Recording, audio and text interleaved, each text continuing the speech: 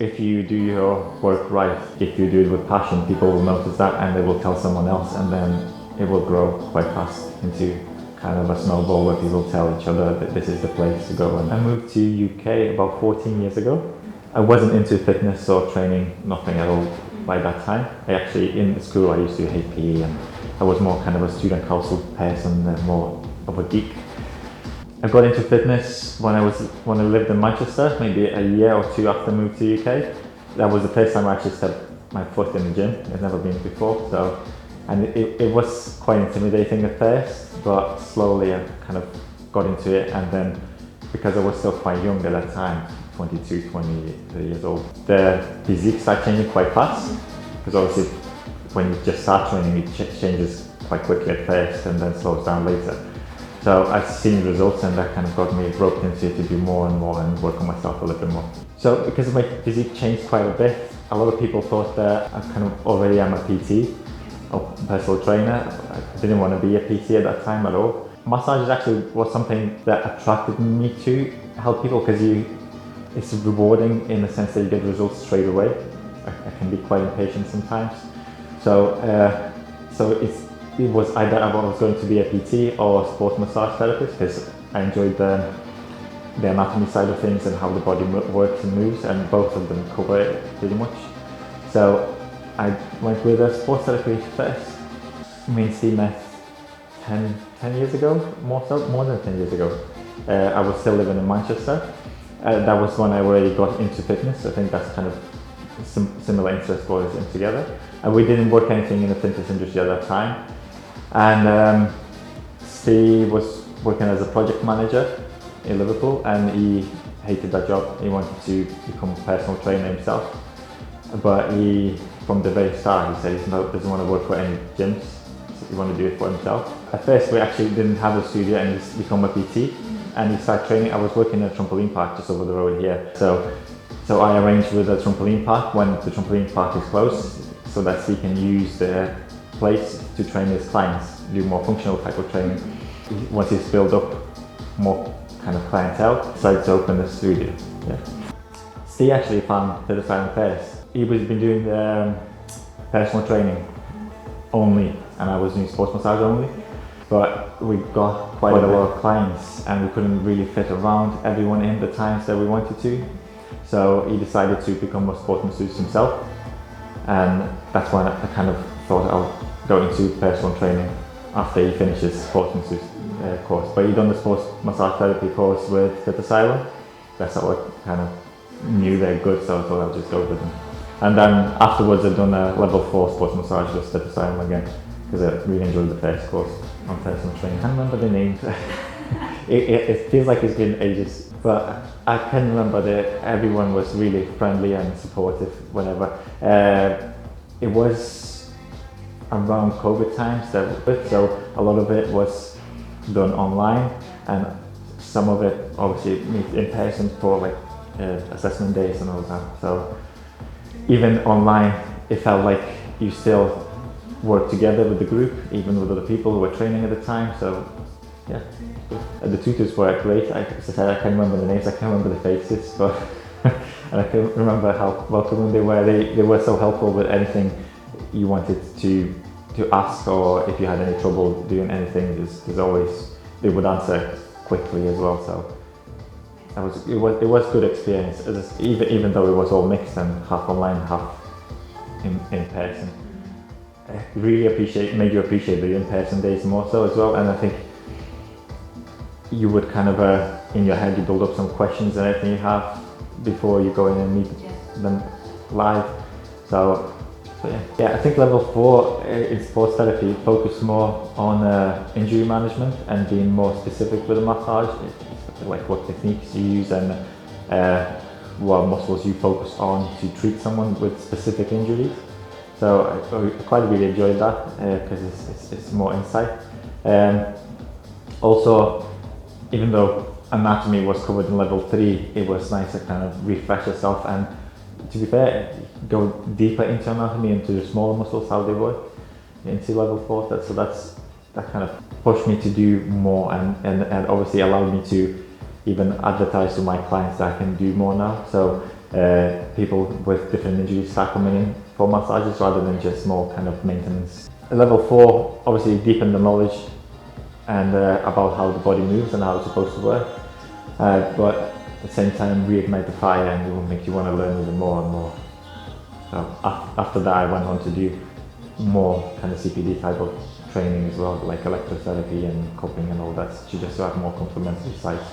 Obviously COVID was a big struggle. We had some government support, but it was basically just covering maybe rental labour, and I was lucky at least to be working at that time 2 jobs. So I was PTing and working Trampoline Park at the time, so I was furloughed from Trampoline Park, so I was still getting some kind of money coming in to cover some of the personal bills and could focus a little bit more on both, and that kind of carried me through. So I think that was a big struggle, because even though we're a small studio and there's not a lot of social mixing going on, obviously all the gyms were brushed on the same brush, as if it's dirty with all bacteria and viruses, everything, so we got shut down. So we went into online training more so, but not personal online training, also classes. At the time we didn't have as much equipment as we do now, like machines and all that. We had a lot of functional equipment though, so we gave that out to our clients to use at home, and they used to connect to Zoom on camera, and then we all do the class together in the gardens, because the first COVID lockdown the weather was really nice as well, so it was like a nice holiday and everyone was really on it, still carry on training. The only downside was with the massages, because obviously you couldn't do any. It's only when the contact was allowed a little bit better with all the equipment, with gloves, with face shields and everything. And it was a tough time as well to massage in those conditions, but we just managed what we can do and came out at the other side. So, and actually after COVID, we just picked up a lot more. I feel like we started being more successful. Obviously first year is usually quite quiet anyway, and now 6 years later we're actually sometimes turning away the clients now because we can't fit them in, which is a good place to be. And at the very beginning, obviously the struggle is getting clients, because we're obviously both of us didn't start in an open gym where people have memberships and you see all different faces all the time. There's already a lot of clients kind of established. So that kind of was a bit of a struggle, but if you do your work right, if you do it with passion, people will notice that and they will tell someone else, and then it will grow quite fast into kind of a snowball where people tell each other that this is the place to go, and which actually feels even more rewarding rather than having to chase people. They chase you. We actually love our studio being so small. There's only 2 of us training people at any one time, so each person gets their undivided attention. Even the classes that see there's only like 7 people doing Pilates class, so he sees everyone and can go over to everyone. So nothing against the big group classes, but if you really want to focus on your form, technique and everything else to move in a better way, it's better to be in a smaller group. As I mentioned before, I was working in Trampoline Park and here at one point.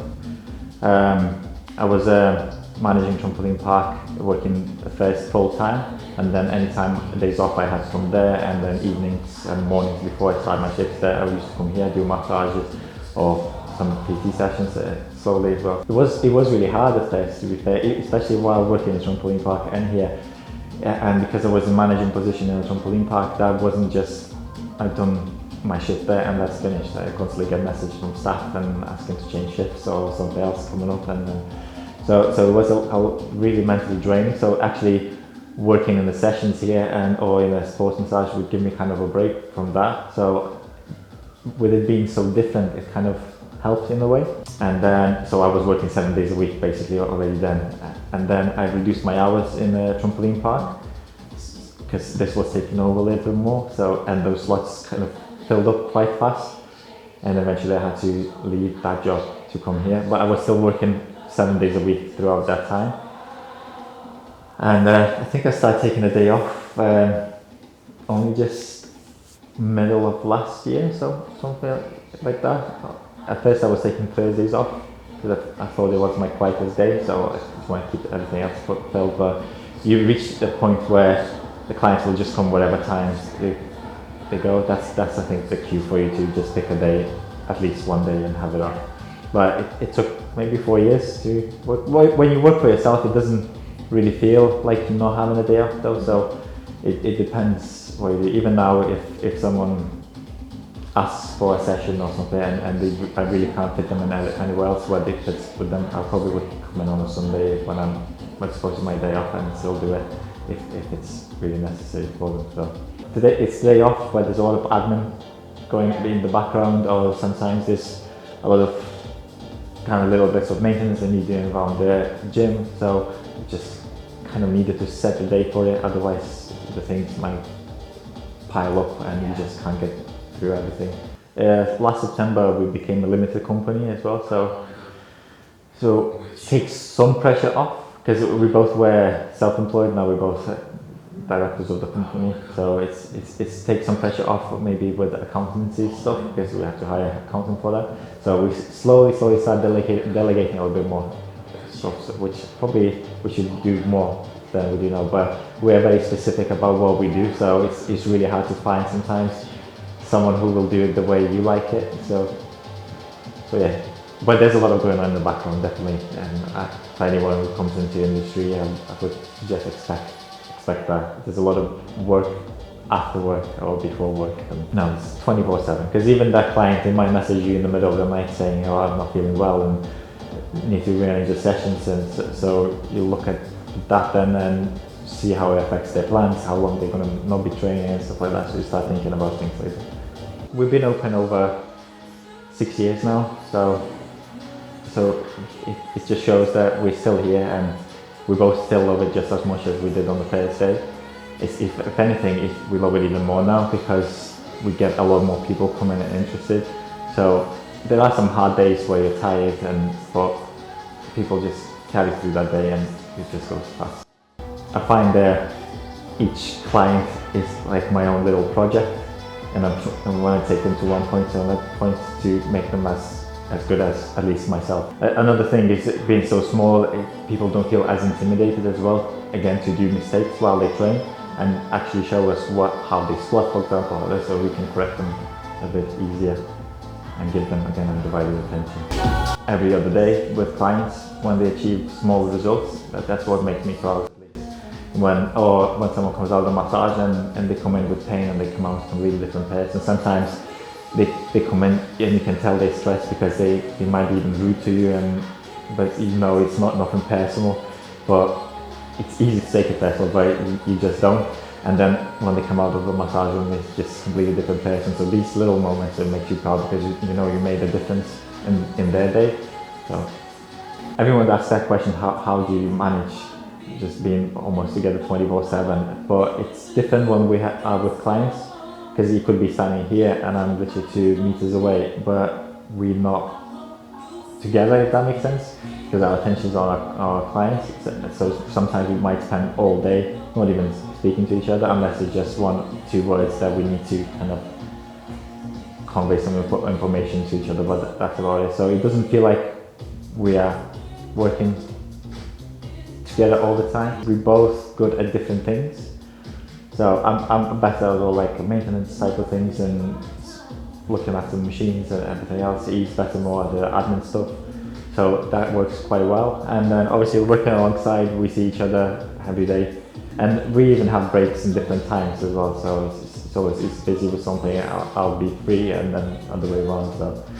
So it doesn't feel like we're working together, but we are working alongside each other, if that makes sense.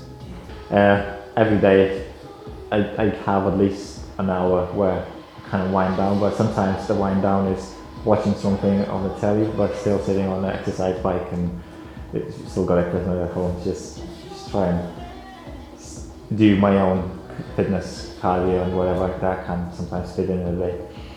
So the biggest wind downs is I know we work a lot, so we work 6 days a week, but having our own business lets us take time off whenever we want. So we work and then we go on holiday, and that's kind of switch off then. Still obviously go and train, because that's when you can go and train and exercise on your own terms and your own time, so not around the clients or not squeeze into an hour gap that you have between clients. That's that's kind of ease off for your mind as well. I would like to go into level 5 in sports therapy, definitely, and as a side courses as well, I'd like to get into dry needling as well. That's a lot of courses to do with sports therapy to do with it. I recently finished a Pilates course as well. It's more for incorporating better stretches and everything else in with my own PT clients. I'm not looking to teach PT classes, Pilates classes yet. I don't feel as I'm as flexible, it is not as safe, so I think it kind of intimidates me in that way. Because when you work alongside Ste, especially when it comes to Pilates, he's a pro, so you want to be at least close to it before you start teaching others. Anyway, so I'm looking more into sports therapy kind of things, and obviously a couple of years maybe look into getting teaching courses more so we can start kind of move on to the teaching side of things. I would probably go to sports therapy first because I've got a lot more experience in that. I've been a sports therapist for a longer time. It's funny, when I lived in Lithuania before I moved to UK, I was studying econometrics, and I thought that's the best thing and I really enjoy it. But after a year and a little bit in university, I just figured out it's not for me. That's how I ended up in the UK, to be fair. I thought I'll take a year off, think about what I want to do, and 14 years later I'm still here. It takes time to know what you like. If you don't try, you'll never know. So I would give it a go. I'll probably keep options open for something else if that isn't your thing eventually. But for me, what worked was working somewhere else and then doing the courses on the side, and then kind of slowly start building into it. And then I've seen that I enjoy it, and obviously other people have seen that I enjoy it, so they come to me more. So that's why it kind of snowballs into a bigger thing. I wouldn't probably just drop everything and go and do fitness and then think that, oh, this is not working. So I'd rather still have a little safety net, but give yourself time as well. Start with your friends and family as usual. Or more so maybe friends more so, because when family members tell about their family members being really good, not everyone's going to trust that. So your friends, and you can teach them something, show your passion. Nowadays as well, obviously go on social media if you can, if you're not scared of camera to film stuff. You don't have to talk in front of camera, sometimes you just film some exercises, just be present in there. It's a big thing these days, even if you're just looking for local clients, that helps. And there will be some random person that's going to come, and make sure that if someone comes that you don't know or come from out of nowhere, you give them all undivided attention, because they will come and tell someone else you don't know, and that's how it's going to build up your foundations to grow your business. I'm normally quite shy person, so sometimes if I feel like I'm wrong or my question is going to be stupid, I just don't ask it, which is, I think it's a bad thing. So don't be scared to ask stupid questions or look stupid, because you won't, and you're just gonna you're gonna just learn more from that as you go on. So I think that's just, don't be scared. And most of the times you just figure out that you actually know more than you think, because some things that you're not sure about, when you put it out loud, it comes across that you actually know, because most of the time it's just going to be right anyway. So trust you, that's it. The plans are not in motion at the moment, but we're looking to grow. We still got a few years lease on this place, because obviously we rent this space, and then we probably will look to move on somewhere bigger. Still keep it very private, and then possibly move away a little bit from personal training and sports massage as an mission, and just spread our message and focus, and then teach other future personal trainers to kind of know to do what we do, and with the same passion as well.